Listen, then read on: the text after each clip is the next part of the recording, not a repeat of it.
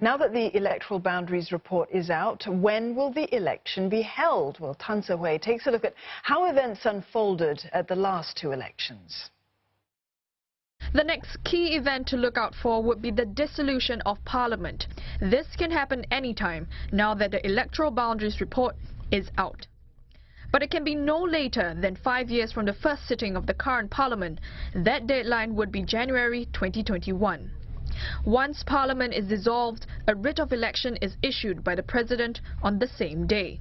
It specifies the date and place for the nomination of candidates.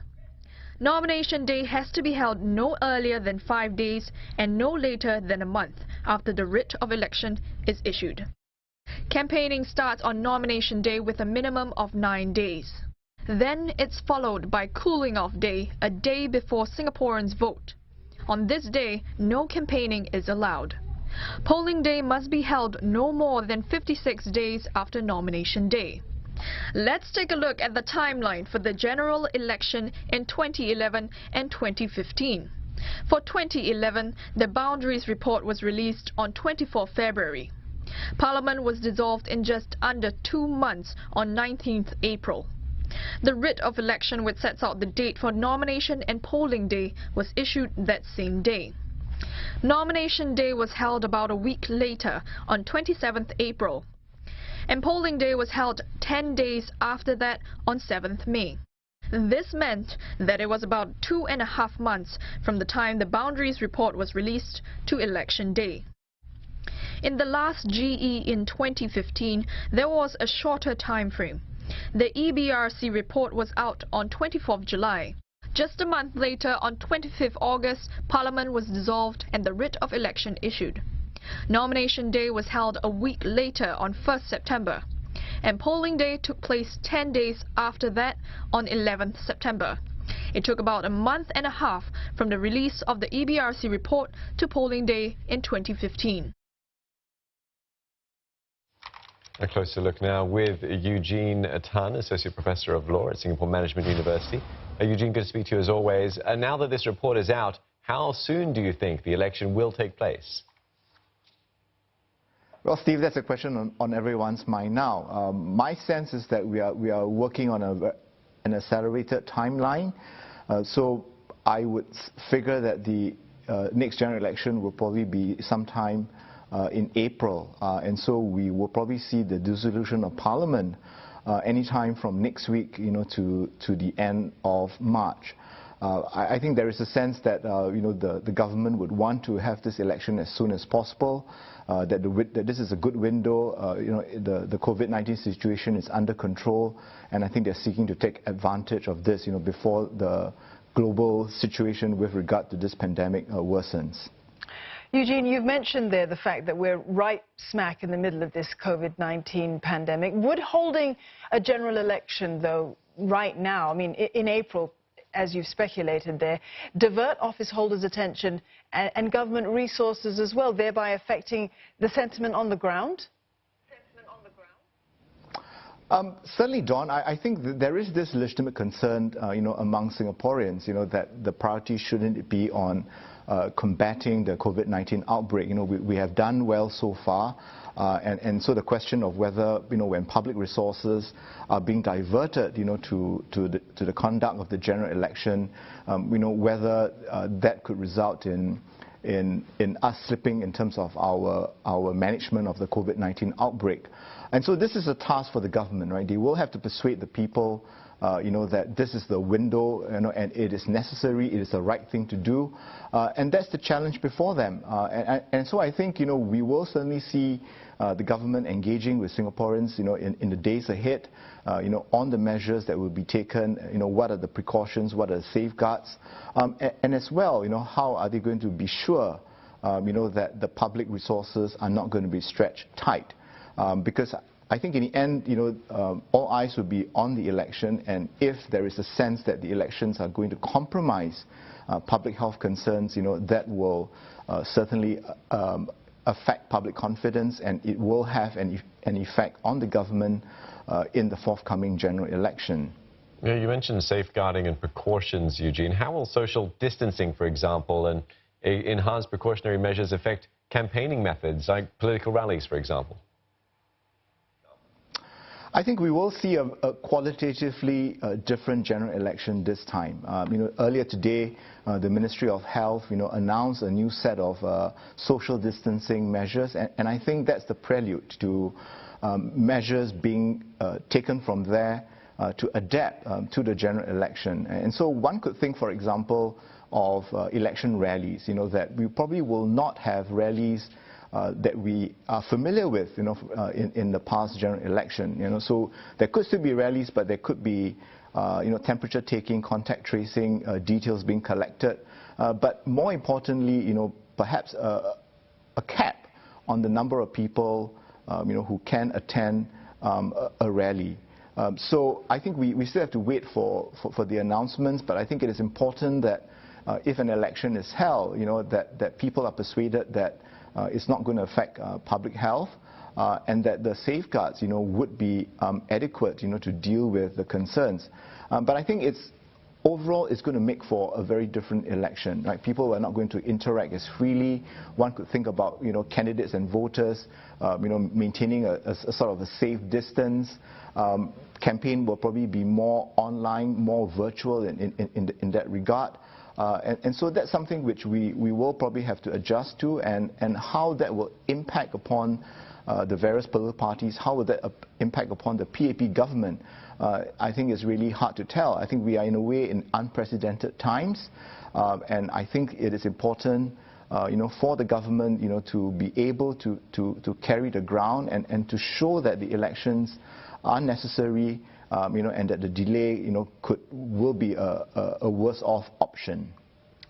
Eugene, let's talk a little bit here about what is in the EBRC report. I mean, this time there are 4 more seats up for grabs, from 89 to 93 seats. Now, what do you make of that increase? Well, I think the population size, has increased, since the last general election. The EBRC notes that, the increase is, in terms of the number of electors, is about 130,000. And they work on a basis of about 1 MP to about 30,000 voters, so that works out to about 4 additional MPs. So I think, the increase in terms of absolute numbers is larger than the 2 previous elections. But I think, the care has been taken, to ensure that we don't have a parliament which is much larger than it is necessary, and keeping to the ratio of about 1 MP to about 30,000 electors, that works out to about 93 MPs, for a voting base of about 2.6 million voters. Eugene, there are 14 single-member wards this time round, the most in almost 30 years. Also, 6-member GRCs that were introduced back in 1998, they have now been removed. What do these changes sort of tell us, perhaps, about the current political climate?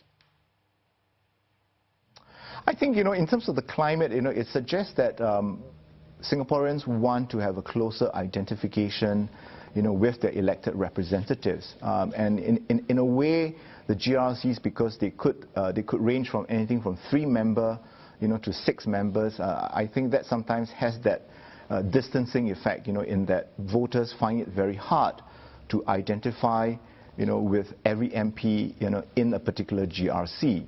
And so the trend has been to reduce, the number of GRCs in terms of the average number of members in a GRC. So for the next general election, we're looking at an average size of 4.65 MPs, per GRC, which is slightly down from 4.75, which is the current number.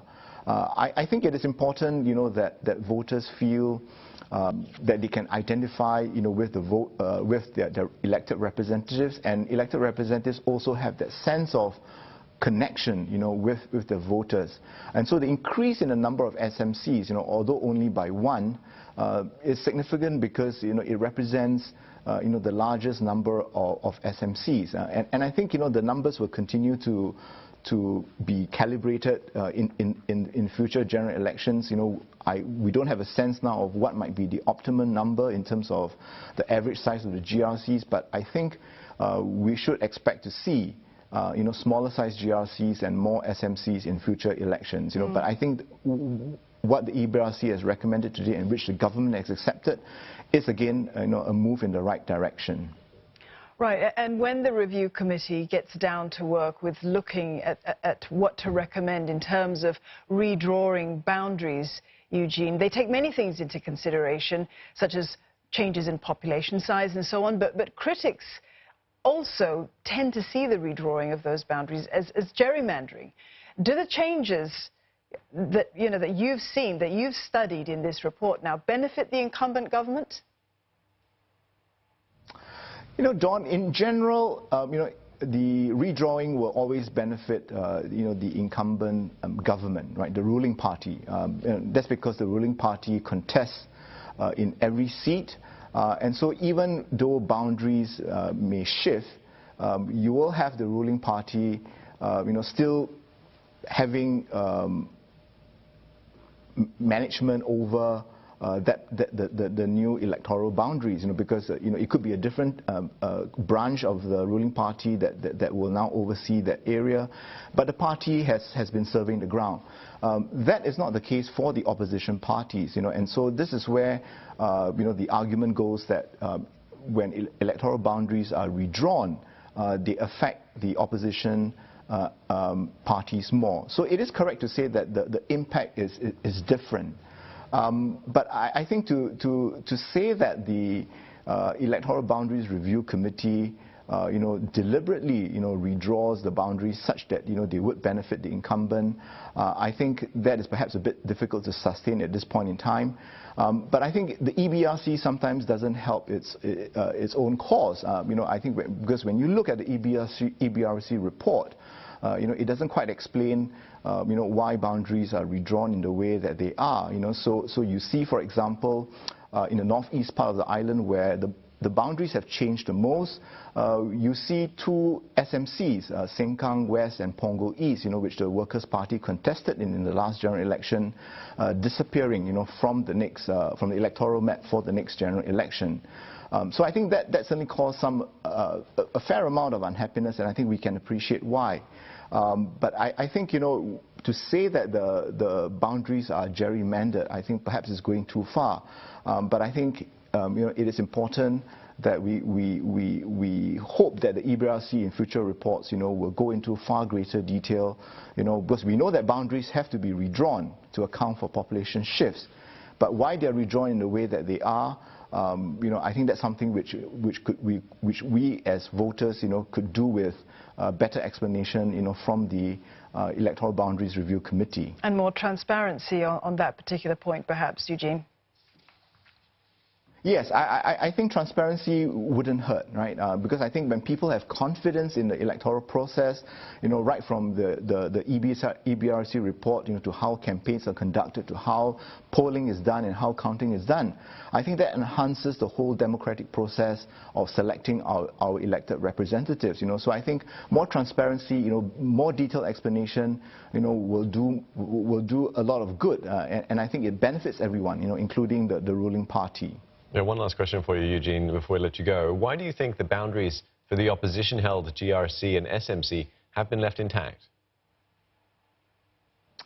Steve, I think that's again, the EBRC trying to be sensitive, to ground concerns. So in Hougang SMC as well as Aljunied GRC, as well as in opposition-held wards in previous editions of the general election. The EBRC has been very careful, to leave the boundaries as intact as possible, to avoid, accusations that boundaries are being redrawn to the disadvantage of the opposition parties. So you have, in earlier cases, for example, Potong Pasir, going below the recommended threshold in terms of the number of electors, voters for SMC. So I think, if the EBRC takes this amount of care, with regard to an opposition-held ward, and if they adopt the same sort of approach, when they recommend the redrawing of boundaries, I think, that would give renewed confidence, to the whole redrawing exercise. But I think the principle remains that they try to safeguard, the boundaries of opposition health wards as much as possible. All right, mate. Thanks, Eugene, for your thoughts this evening. We'll be seeing more of you in the weeks to come, I'm sure. Eugene Tan, Associate Professor at Singapore Management University.